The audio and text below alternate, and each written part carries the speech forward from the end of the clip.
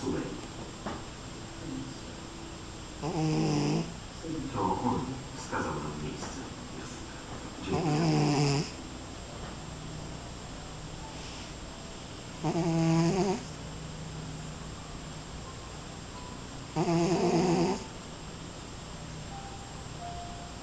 Mm-hmm.